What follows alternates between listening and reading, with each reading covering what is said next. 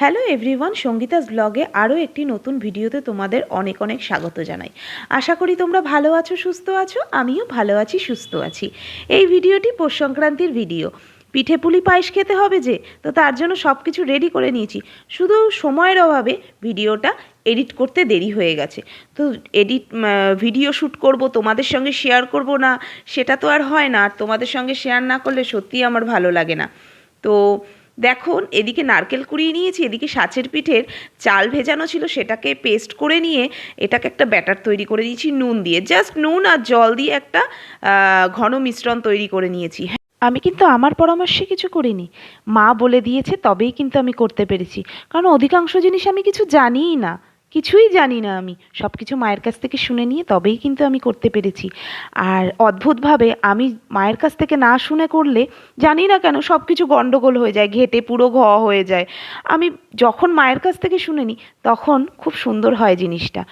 আর আমি জানি না কেন অদ্ভুতভাবে মায়ের কাছ থেকে শুনে নিলে আমি খুব মনে জোর পাই, আর আমি একদম কনফিডেন্ট থাকি যে একদম ঠিক হবে এবার। আর একা কিছু করলে মনে ভীষণ সংকোচবোধ থাকে, ভীষণ কনফিউশনে পড়ে যাই যে এটা আদেও ঠিক হবে কি না, আদেও সবার সামনে এটা আমি রাখতে পারবো কি না। তো মা বলেছে যখন, একদম পারফেক্ট হবে। তো দেখো, এখানে কিন্তু ঘন মিশ্রণটা একদম রেডি সাঁচের পিঠের। এইদিকে আমি কিন্তু একটা পাত্রে দুধ নিয়ে নিয়েছি পাটিসাপটা পিঠের মিশ্রণটাকে তৈরি করার জন্য। দুধের সাথে পরিমাণ মতন সুজিও নিয়ে নিলাম। সুজিটা ভালো করে দিয়ে ওর মধ্যে দিয়ে নেব চালের গুঁড়ো। চালের গুঁড়োটা বাড়িতে না, এটা কিন্তু কিনে নিয়ে আসা চালের গুঁড়ো। হ্যাঁ, তবে অবশ্যই এটা গোবিন্দভোগ চালের গুঁড়ো।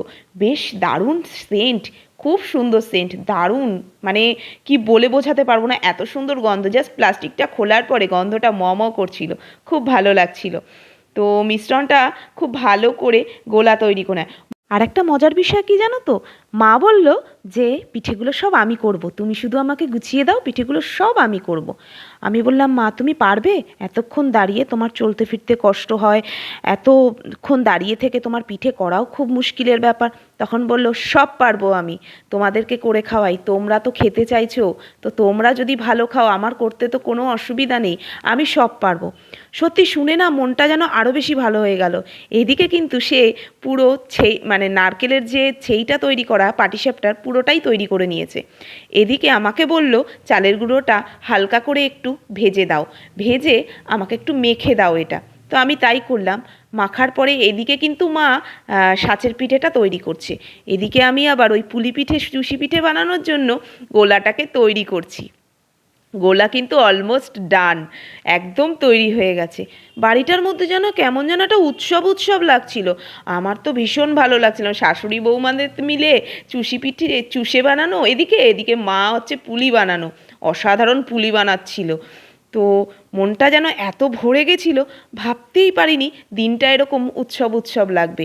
জানি না কার কীরকম লাগে, আমার তো কিছু হলেই বাড়িটার মধ্যে উৎসব উৎসব মনে হয়। তো মাইমাদের আসার কোনো কথাই ছিল না, মামা মাইমারাও হুট করে চলে আসলো।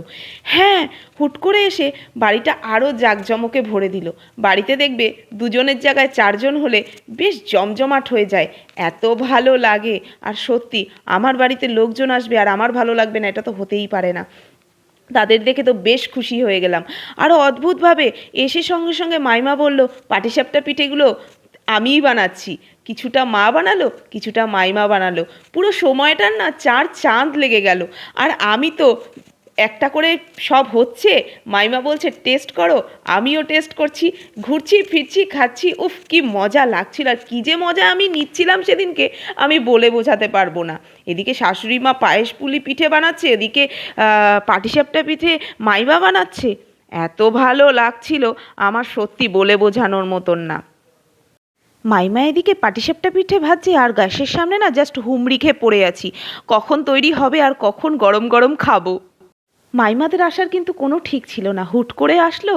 আর পরিবেশটা যেন কত সুন্দর একটা জমজমাট হয়ে গেল, মানে এত ভালো লাগছিল বলে বোঝাতে পারবো না। কত সুন্দর পিঠেটা উঠছে দেখো, মানে আমি এখন এডিট করতে বসে জাস্ট জিভে জল আসছে, মনে হচ্ছে যেন এখনই গরম গরম পেলে না গরম গরম খেয়ে নেবো। তো দেখো, আমাদের কিন্তু পিঠে পুলি পায়েস একদম রেডি। বন্ধুরা, তোমাদের কেমন লাগলো কমেন্ট করতে কিন্তু একদম ভুলো না। আর দেখতে কেমন লাগছে সেটাও কিন্তু জানিও। আমরা তো খুব ভালো খেয়েছি, খুব মজা করেছি। তোমাদের কার কার বাড়িতে কী কী পিঠে হয়েছে সেটা জানাতে কিন্তু একদম ভুলো না। আর আমার ভিডিওগুলো কেমন লাগে সেটাও কিন্তু জানিও। তোমাদের কমেন্টের আশায় থাকি এবং তোমাদের কমেন্ট পেতে আমার খুব ভালো লাগে, ভীষণ পড়তেও ভালো, ভীষণভাবে আমি ইন্সপায়ার হই। তো যাই হোক, আজকে এই অবধিই রাখছি, অন্য ভিডিওতে আবার চলে আসবো। ভালো থেকো, সুস্থ থেকো, টাটা।